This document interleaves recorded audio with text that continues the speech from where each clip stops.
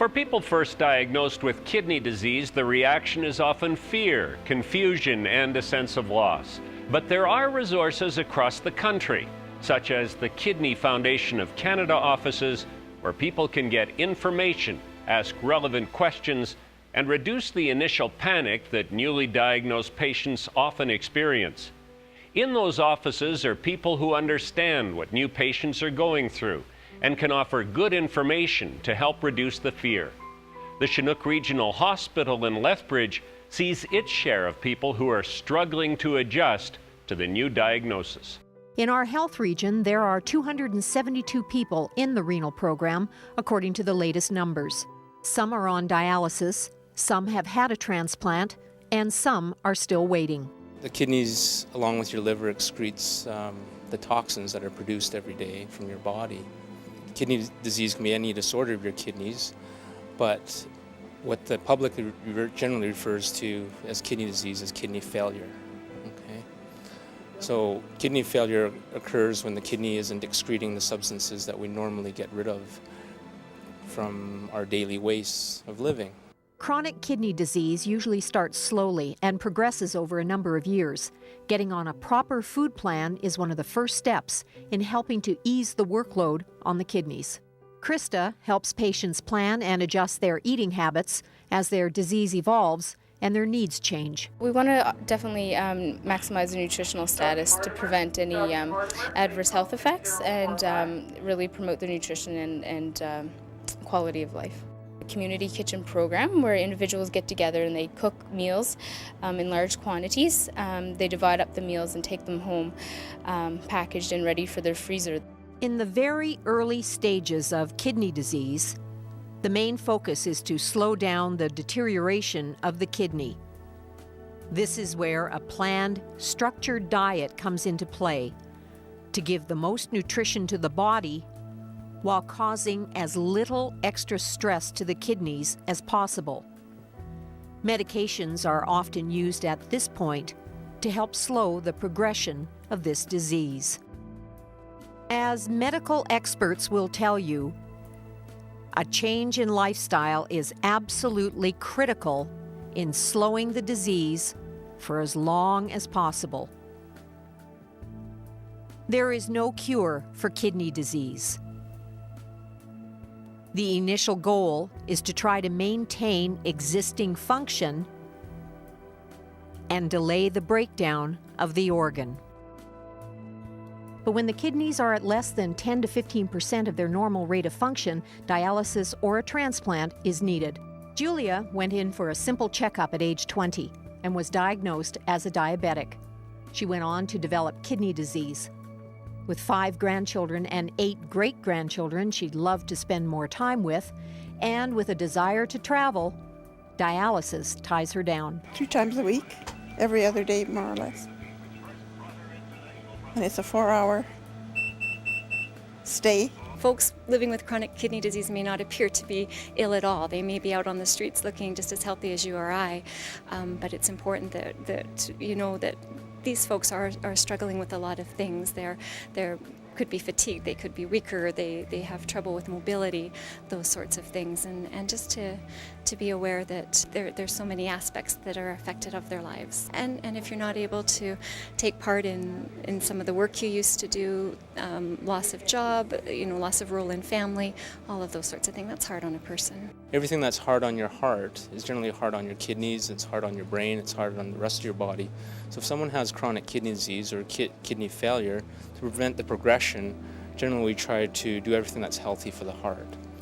So we try to get people to change their lifestyles, quit smoking, eat well, watch their weights, get their blood pressure down, control their cholesterol, control their sugars. Organ donations save lives. It is often the only treatment option for people with organs that are damaged through injury or disease and who would otherwise die. The primary concern for healthcare professionals caring for critically ill patients is to do everything possible to save their lives. The possibility of donation of any organs or bone or tissue is only considered when all life-saving efforts have failed.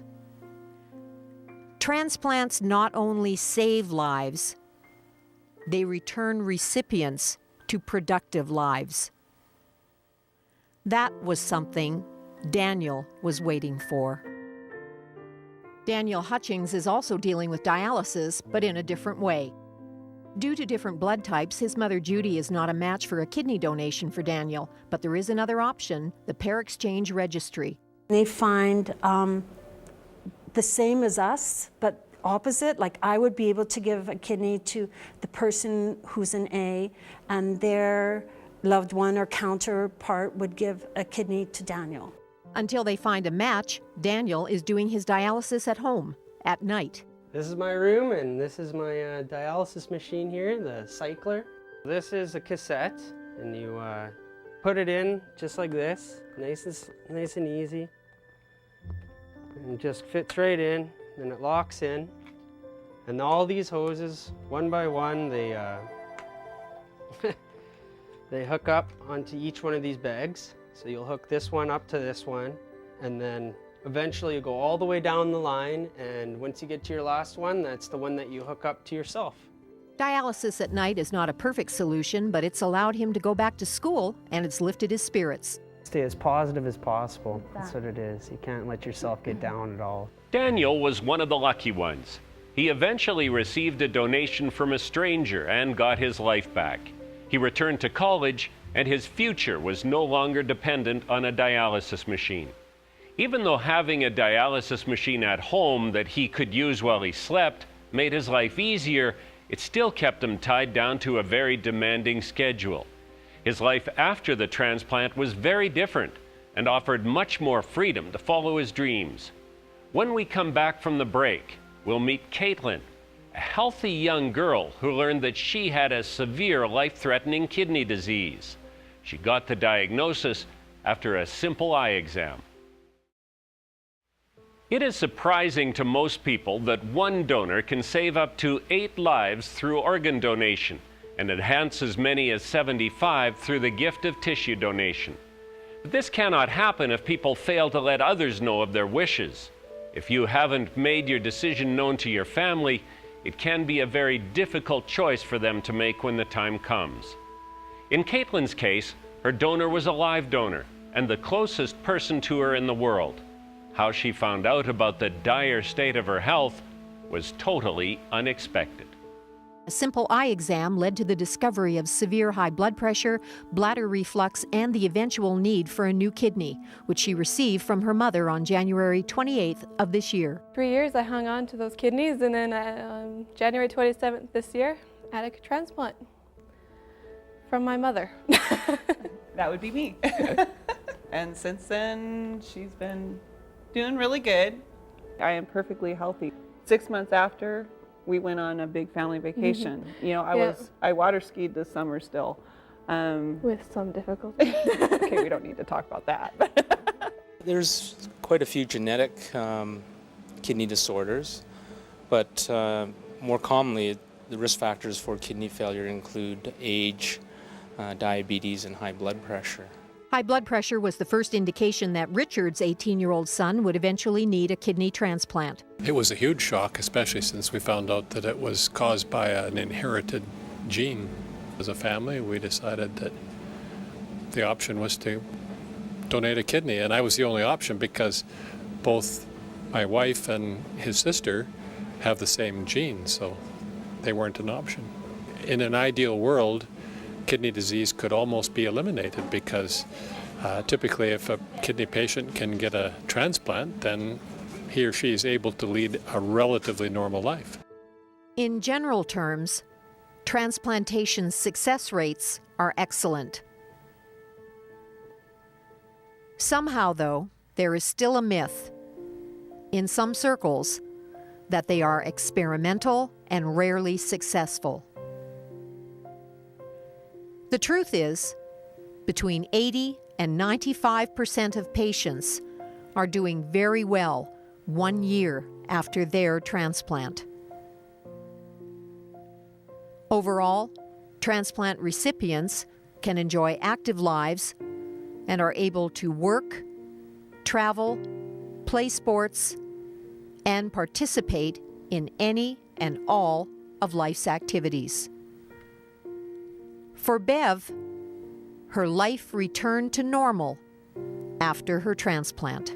Bev was heading down the long road which would eventually lead to a kidney-pancreas transplant in 2007. I had diabetes for 34 years before my transplant, and I had slowly started to see some kidney damage, but it was still very mild. And then it was about 2003, things started to go downhill. Diet and medication helped for a while, but eventually she had to go on dialysis and was put on the transplant list in 2005. When I got the call, I remember it crystal clear, of course, and I mean, I was shocked first, then I was overwhelmingly happy, and then I just bawled. Like you're just so, such a mixture of emotions. Emotions that centered around her feelings of what the donor family must have been going through, losing a loved one. They're having to make such a terribly hard decision, and yet what a difference, what maybe hopefully peace it would give them to know that they've helped so many people. And we had an opportunity then to write a letter to the family, which was really good for me, and I hope it was good for them, to know that their decision made such a huge impact. It still is a thrill to me that when I see my lab values, everything's normal. Like it just really is a miracle when you think that, you know, that things can change so quickly. According to the Kidney Foundation of Canada, the need for organ donations is rising. In 2010, nearly 4,300 Canadians were waiting for organ donations. 80% of those were waiting for a new kidney. The number of people treated for kidney disease has tripled in the past 20 years. The wait times for a kidney donation can be long. Meanwhile, the cost for dialysis treatment can be extremely expensive. Hemodialysis treatment, used in the majority of dialysis cases, costs about $60,000 per year per patient. Far more cost-effective is a one-time kidney transplant, $23,000 plus $6,000 per year for necessary medications. Over a 5-year period, a transplant is approximately $250,000 less expensive per patient than dialysis, not to mention the freedom a transplant affords the recipient. If there were more registered donors, there would be a shorter wait time, and more people would be getting their lives back. This applies to living donors as well as deceased donors. When we come back, a shorter wait time could have given Brian much more time with his father. Nearly 80% of over 4,300 Canadians who were on a waiting list for an organ transplant in 2010 were waiting for a kidney. A third of the people who died while waiting for an organ donation were waiting for a kidney. For Brian's father, the wait was far too long. After years of constant kidney dialysis, his body began to give up until it was finally too late. Brian's story serves as a reminder to all of us. If you intend to donate your organs, sign your donor card, talk to your family, and make sure your wishes are clearly known.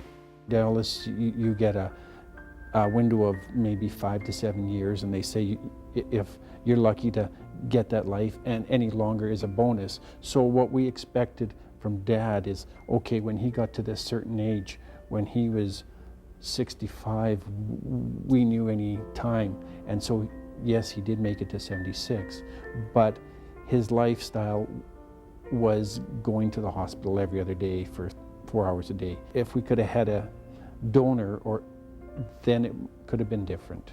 He endured dialysis treatments every other day for 16 years. Hope was strong for a transplant for the first few years, but that faded as he waited and his health deteriorated, and a donation was eventually not possible. What would his life have been like, or how much better, how much time we could have had with him, and the quality of life of the caregivers that spend 5, 10, 15 years going back and forth. How much better could the family's life be, having a donor? Brian's father passed away earlier this year, leaving Brian more convinced than ever that more people need to sign up to be donors, and they need to let their families know their wishes. It's still so limited for donors, and I just wish people would communicate and say, you know what, I signed a donor card. It's a communication. You can make a difference. Register your intention, either on your health care card, driver's license, or through your provincial donor registry. Talk about your wishes. Make them very well known among your friends and relatives and your co-workers. The Kidney Foundation offers help in many ways, answering questions, giving referrals, and helping with travel and accommodation expenses when clients have to get to appointments in Calgary. The Kidney Foundation can be involved with that, and we help support the Lethbridge dialysis unit, the patients there, as well as anybody else in this local area who needs our assistance for financial assistance. We also, I guess the other thing we do also offer is equipment loan programs, so things such as blood pressure kits, weigh scales, digital thermometers. We can help provide that. The money that's raised locally stays locally, and it's used to help families that are in need in the Lethbridge area, in the Southern Alberta region here. And I think that's important for people to know. And they also want people to know that the way to make a difference in someone's life is to sign your donor card. The main message is we all got to conform to lifestyles that are healthy. And the other thing that we got to be aware of is consider signing your donor cards for transplantation. How important it is to sign those cards, and especially to talk to family, because then everybody knows what your wishes are. I can't imagine why anybody wouldn't choose to have their organs donated, and I would certainly encourage anybody who has kidney disease in their family to consider a living donation, because it hasn't set me back a lot. You can find out more about being a living kidney donor at this website. Or consider joining the Living Donor Paired Exchange Kidney Registry for cross-donation opportunities for families. Or contact our local chapter office for all the details. In Canada, it's up to your next of kin to make the final decision as to whether or not your organs, tissues, and bones will be donated. That's why it's so important to have an open and honest discussion with your family, so they can give their consent when the time comes. It's not an easy conversation, but for many people, it is a comforting one, knowing that once it's done, you have set in motion something that can help other people after you're gone. It really is the gift of life. When we come back from the break, we'll meet Lydia, the final part of our story. Lydia Peters was waiting for a transplant at the time she was interviewed for this video. Her family wanted her story to be shared. The waiting room of the Southern Alberta Renal Program was a familiar place to Lydia after years of dialysis treatments. I have a rare disease called amyloidosis, and it has taken my kidneys, so I have to come to dialysis 3 times a week for the 4 hours. Anyone diagnosed with a chronic illness, not only are they dealing with all of the normal things that a human being deals with during their day, but all of a sudden they're thrown into a whole new world. And that world includes medical appointments, getting new information about a possible treatment in the future that is very intrusive. And so what we look at is illness intrusiveness. And really, a chronic disease affects every part of a person's life. People don't realize that when you don't have kidney function, that you have to come every 3 times a week. They think that your kidneys all of a sudden get better. Well, they don't. And that's kind of frustrating to repeat that to people, that I am a dialysis patient and I will be until I get a new kidney. And if you're not able to take part in some of the work you used to do, loss of job, loss of role in family, all of those sorts of things, that's hard on a person. I had a job, I was had a mail route in Tabor, which I've had to give up since. I'm now on disability, so I'm at home. April will be 4 years, so still waiting.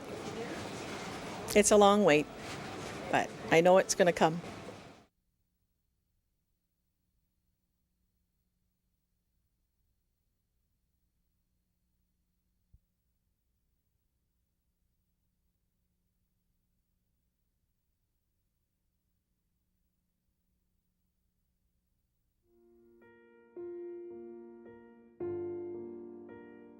In spite of all the awareness in the mainstream media and social media, there is still a chronic shortage of donors and donor material. The more we talk about this issue, the better chance we have of raising awareness and making it easier for all types of donations to take place. As you have learned, across Canada, there are thousands of people on waiting lists whose lives are, quite literally, in limbo. Their lives and the lives of future generations could be greatly improved if it became more commonplace for people to consider and follow through with organ donations. There are many opportunities for donations. Some are very obvious, such as the kidneys. Some, such as heart donations, can save the lives of infants through the use of heart valves. You can learn more about all the possible donation opportunities through the Kidney Foundation of Canada. The success rate for transplants is very high. The quality of life is improved, not only for the person receiving the transplant, but for the caregivers and the entire family. As you have seen, just ask someone who has been on a waiting list, but is now free to enjoy life as they knew it before their illness. What an improvement.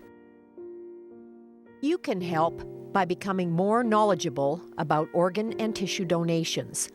The more informed you become, the easier it is to have the donation conversation with your loved ones and to spread that awareness to friends, coworkers, and others in your life. You really can make a difference and give the gift of life.